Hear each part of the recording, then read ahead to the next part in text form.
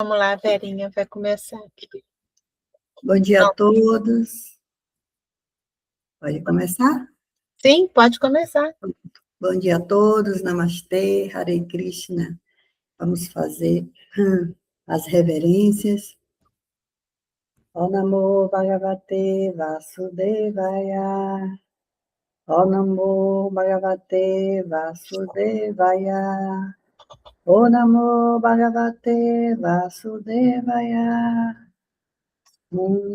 Agyana Timirandasya Gyananjana Salakaya Chaksurumilitayena Tasmai Shri Gurave Namaha. Hare Krishna, Krishna Krishna, Hare Hare, Hare Rama, Rama Rama, Hare Hare. Então, vou ler Srimad Bhagavatam, canto 1, capítulo 13. Dhritarashtra deixa o lar. Verso 9. Enquanto viajavas sobre a face da terra, como mantinhas a tua subsistência? Em que lugares santos e locais de peregrinação prestaste serviço? Verso 10. Meu Senhor, devotos como vossa graça são, em verdade, lugares santos personificados, porque carregas a personalidade de Deus dentro do teu coração. Convertes todos os lugares em locais de peregrinação. Repetindo, verso 9. Enquanto viajavas sobre a face da terra, como mantinhas a tua subsistência? Em que lugares santos e locais de peregrinação prestaste serviço? Verso 10. Meu Senhor, devotos como vossa graça são, em verdade, lugares santos personificados, porque carregas a personalidade de Deus dentro do teu coração. Converte-se todos os lugares em locais de peregrinação. Hare Krishna, gratidão pela oportunidade. Obrigada, Vera.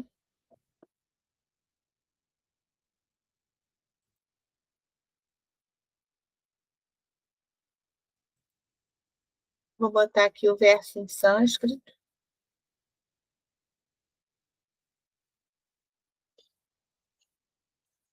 Referências. Om Gyana Timirandasya Gyananjana Shalakaya Chaksurumilitam Gyana Tasmai Shri Gurave Namaha.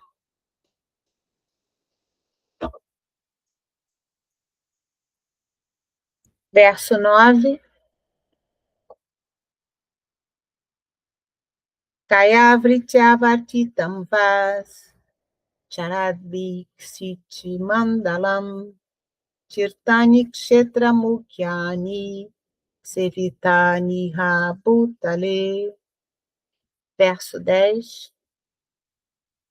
Bhavatida Bhagavatas Tirta Bhuta Swayam Vibho Tirti Kurvanti Tirtani Swanta Stena Gadabrita.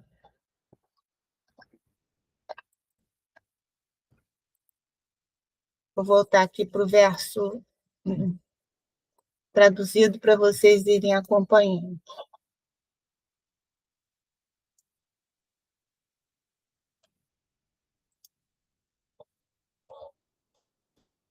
Então, eu vou voltar aqui, que nós estamos, né, no capítulo 13, ainda no verso 9 e 10. Então, lá atrás, no primeiro verso desse capítulo,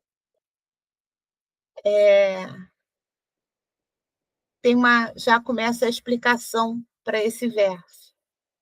Então, o narrador lá, que é o Suta Goswami, vai dizer, né, para os sábios que estão lá ouvindo o Srimad Bhagavatam.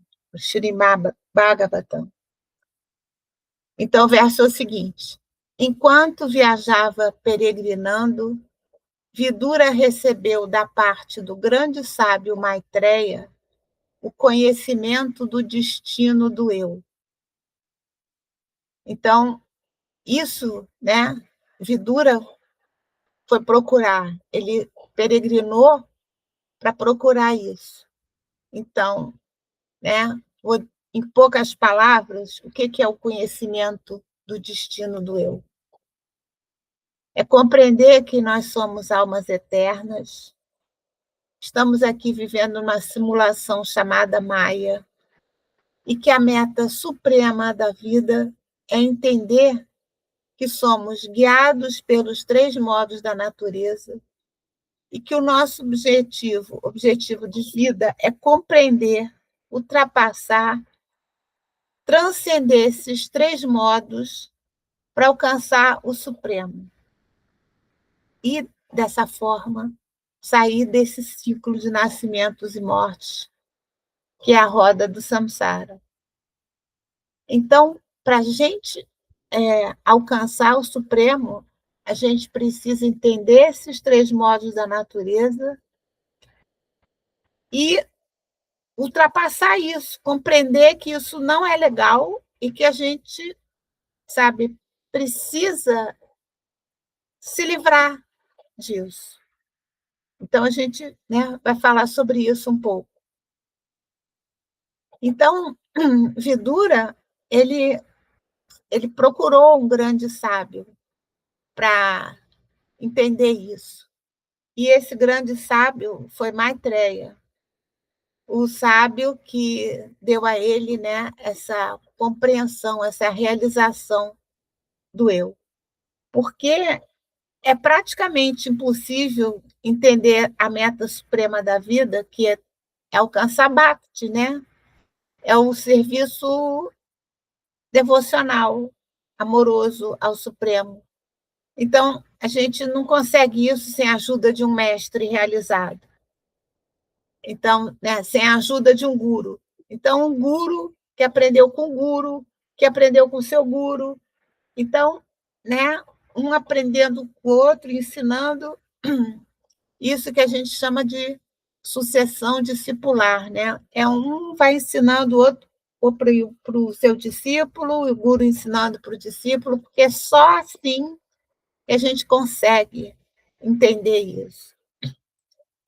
E aí, diariamente, aqui nessa sala, a gente pede as bênçãos, né, dos gurus, dos nossos mestres, com mantra, né?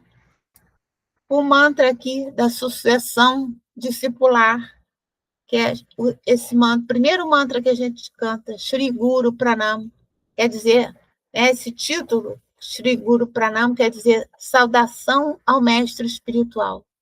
Om Gyanat Virandasya, Gyananjana Shalakaya, Chaksurumilitam Gyanata, Tasmai Shri Gurave Namaha. Embora eu tenha nascido na mais escura região da ignorância, neste assim chamado mundo material, o mestre espiritual abriu meus olhos com a luz da tocha do conhecimento. A tal mestre espiritual ofereço minhas respeitosas reverências. Sem o mestre, que aprendeu com seu mestre, a gente é muito difícil. Isso dá um tanto de trabalho. E aí, no verso 9, o rei Yudhishthira, que estava recebendo seu sobrinho, né, que ele era tio de Vidura, Vidura era o tio dele, né, o tio do Yudhishthira, então estava recebendo lá no palácio e tal, porque o Vidura chegou, o tio chegou, né, estava em peregrinação. Então, Yudhishthira pergunta: em que lugares santos e locais de peregrinação prestaste serviço? Então, aí nessa fala, Yudhishthira já mostra para a gente qual o caminho para o conhecimento. Ir a lugares santos, aprender com os sábios realizados, e como também a gente fala todo dia aqui na sala, que já cruzaram o caminho da densa floresta da ignorância. Então, os sábios já aprenderam e, né, têm a condição de mostrar o caminho para a gente. Então, está dito aí, a chave é adquirir conhecimento, que é o que nós aqui juntos e juntas estamos fazendo aqui nessa sala, né? E aí, o que Maitreya aprendeu com... O que Vidura aprendeu com Maitreya? Né? Que o sábio, o mestre de Vidura foi Maitreya. A mesma coisa que Krishna ensinou para Arjuna e para todos nós também aqui na Bhagavad Gita, no capítulo 6, verso 6. Para aquele que conquistou a mente, ela é a melhor das amigas, mas para aquele que falhou em fazê-lo, sua própria mente será a pior inimiga. Quantas vezes o Prabhu fala isso, né?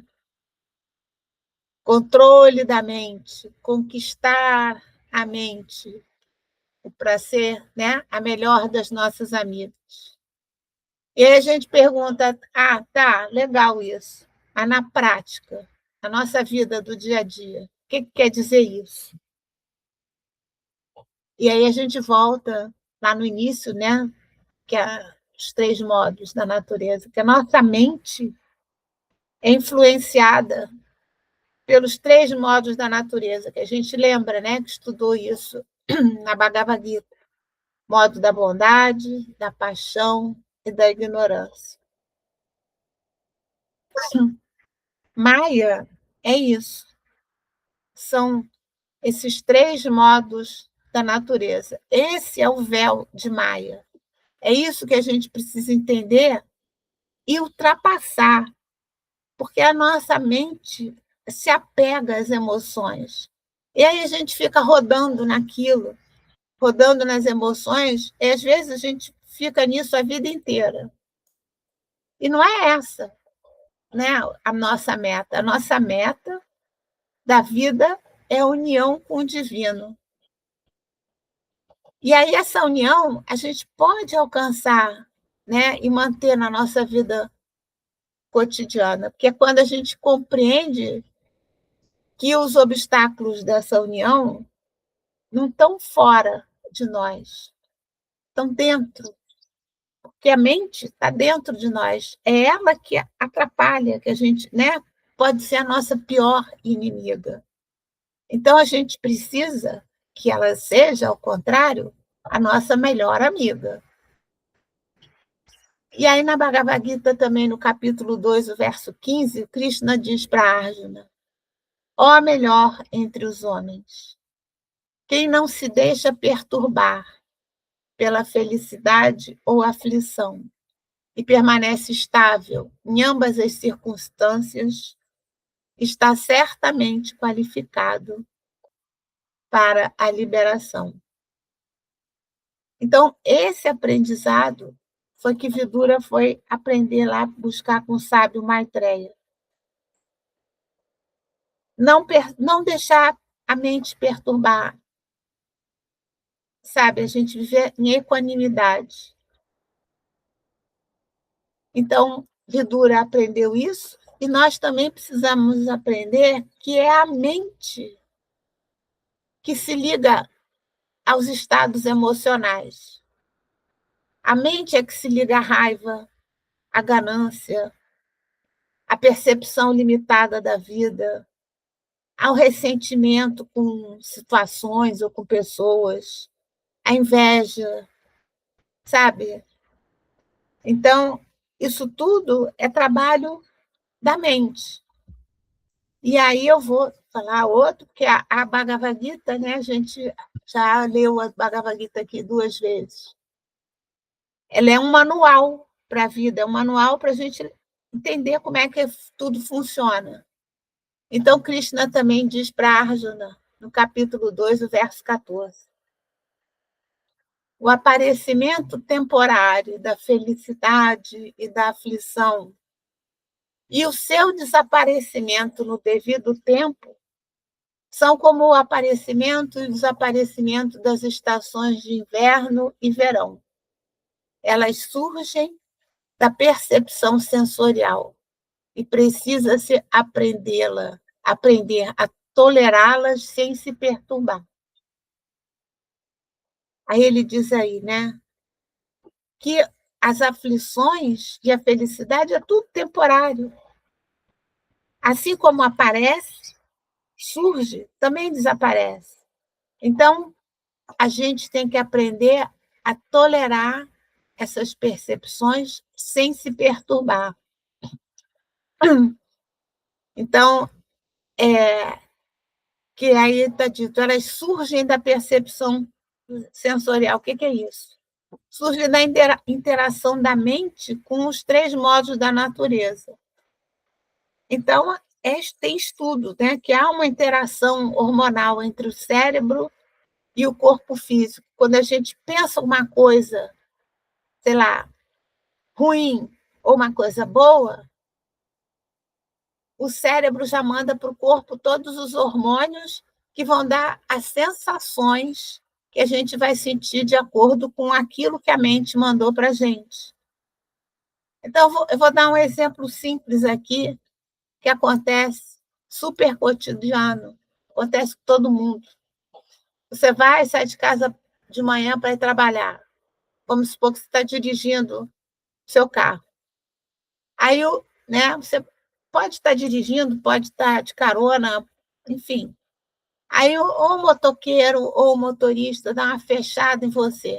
Aí você precisa frear o carro rápido, porque senão pode, né, haver um acidente, alguma coisa.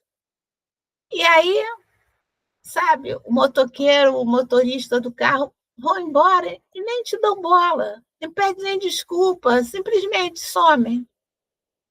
Aí você fica lá, bufando. Meu Deus, olha o que esse cara fez. Que maluquice, eu quase que bati, quase que atropelei o motoqueiro.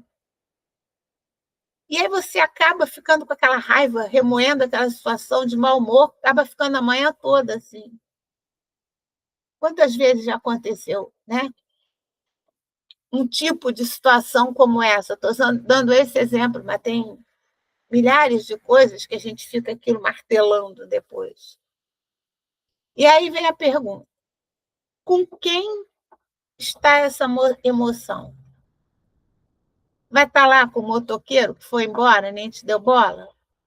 Ou com o motorista do outro carro, que de repente nem percebeu que te deu uma fechada, que não viu o teu carro? Não, não está com nenhum deles. A emoção está com a gente. E aqui, o que aconteceu? A gente caiu no modo da paixão, que, né, a raiva é uma emoção no modo da paixão. Então, a gente precisa entender que as nossas consciências, elas estão imersas em um tecido vivo que se chama Maia, e que é regido por esses três modos da natureza: bondade, paixão e ignorância. E esses três modos, eles fazem a simbiose com a nossa mente, e nós nos apegamos a esses estados mentais, a essas emoções. Quantos e quantos casos a gente já ouviu ou leu de pessoas que têm um ressentimento tão profundo por algum evento que aconteceu com elas, que elas passam a vida inteira pensando nisso, elas não conseguem se desapegar, fica ali estagnada, presa, faz anos e anos de terapia e não compreende que os fatos e os acontecimentos da vida são aprendizados. E que, para a consciência, né, para a gente evoluir, a gente tem que ter discernimento, ou seja, a nossa capacidade de distinguir o que é real e o que é ilusório, o que é eterno e o que é transitório. A gente precisa entender que esses fatos que muitas vezes sacolejam a gente, né? Nossa, como é que aconteceu isso? Tudo nessa vida é transitório. E tudo vai passar se a gente souber controlar a nossa mente. E aí, né, o que o Prabhu sempre fala, a gente tem paz no coração. E aí, Vidura, nessa peregrinação dele com o sábio Maitreya, ele compreendeu e aprendeu isso. E aí, né, o rei Yudhishthira, no verso 10, enaltece o tio, quando ele diz: meu senhor, devotos como vossa graça são, em verdade, lugares santos personificados. Porque carregas a personalidade de Deus dentro do teu coração, convertes todos os lugares em locais de peregrinação. Então, esse verso quer dizer que Vidura, ele compreendeu, transcendeu os três modos da natureza, aprendeu a controlar a mente dele, ficou em paz e transformou o coração dele em um altar. Ele se sentia bem, ele não era afetado mais, ele percebia as coisas, né? Como a gente percebe, sente raiva ali um momento, mas sabe que, sabe, a raiva é um estado mental. Não, eu não preciso isso. Eu senti ansiedade com isso. Não, isso é uma coisa da minha mente. Eu não, as coisas se resolvem. Não é assim tão desesperador como eu estou pensando. A gente tem que usar a nossa inteligência e se desligar, porque entender que isso são sentimentos que passam e que vão embora também. Não é para se apegar a isso. Que assim, se a gente se apega, fica depressivo, triste, mal-humorado, tanta coisa, botando a culpa no outro. E aí os relacionamentos vão por água abaixo. Enfim, a gente sabe a história toda. Então, Vidura transformou o coração dele em um altar. E o amor que Vidura passou a sentir pela Suprema Personalidade de Deus é a chama que arde nesse altar. Então, é isso que a gente tem que entender, porque Vidura entendeu que essas emoções, elas são como uns grilhões, sabe? Umas correntes que prendem a gente eternamente nessa simulação. Vidura entendeu as regras do jogo. A regra do jogo é sair dos três modos da natureza. E quando ele entendeu, né, nada mais o aflige, ele transcendeu isso, ele olha de fora. Então, ele tem tanta sabedoria no coração que ele próprio já é um lugar sagrado, como Yudhishthira fala aqui no verso.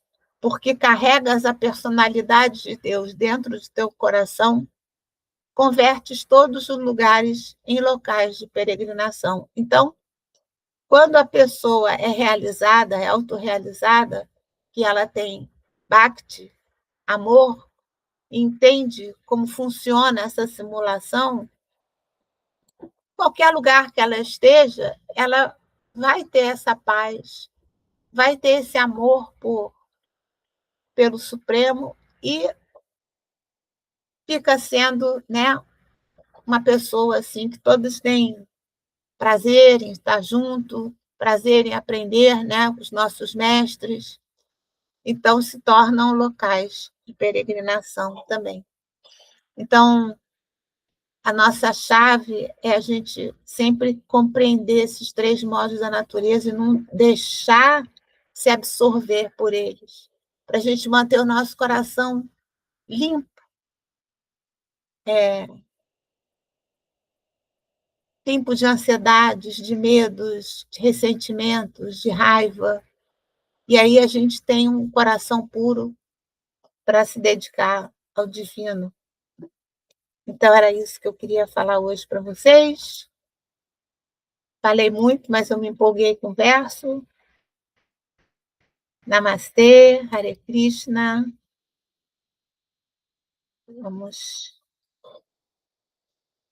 parar aqui. Hare Krishna, Krishna Krishna, Hare Hare, Hare Rama, Rama Rama, Hare Hare.